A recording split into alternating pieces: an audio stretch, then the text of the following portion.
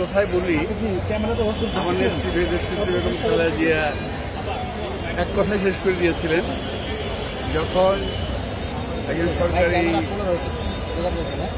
উপদেষ্টা গিয়েছিলেন ম্যাডামের সাথে দেখা করতে, তখন বলেছিলেন আল্লাহ বিচার করুন, কারোর কোনো প্রতিহিংসা নয়। আমি একটা বলতে চাই, আমাদের জীবন থেকে যেভাবে এতগুলো বছর কেড়ে নেওয়া হল, আমরা দুটি এলাকা থেকে আলাদা আলাদা আপনার এলাকা থেকে আমরা আমাদের নমিনেশন পত্র ক্রয় করতে গেছিলাম।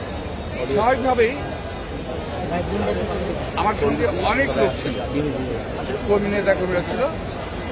যখন অনেক ভিড় হলো পার্টিদের সামনে, অতর্কিতভাবে ওখানে পুলিশ এসে হামলা করছে অন্যায়ভাবে। আমরা কিছুই করিনি, হামলা করলো, আমাদের কর্মীরা আহত হলো, মামলা হলো প্রায় গত 8,000। আমি আমার আফরোজ আব্বাস, তারপর রিজভি আহমদ, এদের নামে সহ মোট 8,000 অজ্ঞাত আসামিকে মামলা করা হলো অনর্থক।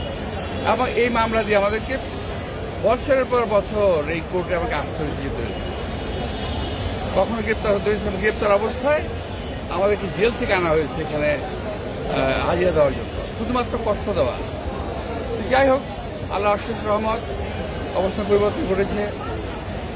জজ সাহেবদের মনের অবস্থা ভালো হয়েছে, সাহস হয়েছে। এখন এই মামলা দীর্ঘ পরীক্ষা নিরীক্ষার পর মাননীয় আদালত দেখেছেন যে এই মামলায় আসলে কিছু নাই। তো অবশেষে আজকে আমাদেরকে খালাস দিয়েছেন, আলহামদুলিল্লাহ। আল্লাহ তাআলার কাছে অনেক শুকর। দেশবাসী যারা আমাদেরকে সমর্থন জানিয়েছেন তাদের প্রতি অনেক কৃতজ্ঞতা এবং ধন্যবাদ। তো আমি আশা করব বিচার ব্যবস্থা আরো সুন্দর হবে, আরো স্বাভাবিক হবে, আরো গতিশীল হবে। আমাদের আরো মামলা রয়ে গেছে, আমার এই একটা না, আরো অনেক মামলা আছে আমার বিরুদ্ধে। আমি আশা করছি, এবং আমার এবং আপনার বিরুদ্ধে, আপনার আব্বাসের বিরুদ্ধে যে মামলাগুলো আছে, অচিরেই সবগুলো মামলা আমাদেরকে খালাস দেওয়া হবে। আমার এই আবেদন সরকারের কাছেও থাকবে, আমি আদালতের কাছেও থাকবে। আমি সাংবাদিক ভাইরা এত বছর আমি যখন আসি যাই, তখন সাংবাদিক ভাইরা কষ্ট করেছেন। আমি সাংবাদিক ভাইদেরকে আন্তরিক ধন্যবাদ, কৃতজ্ঞতা জানাচ্ছি।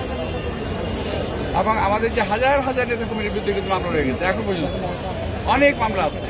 আমি সেই সমস্ত সকল মামলার প্রত্যাহার দাবি করছি। সবাইকে ধন্যবাদ।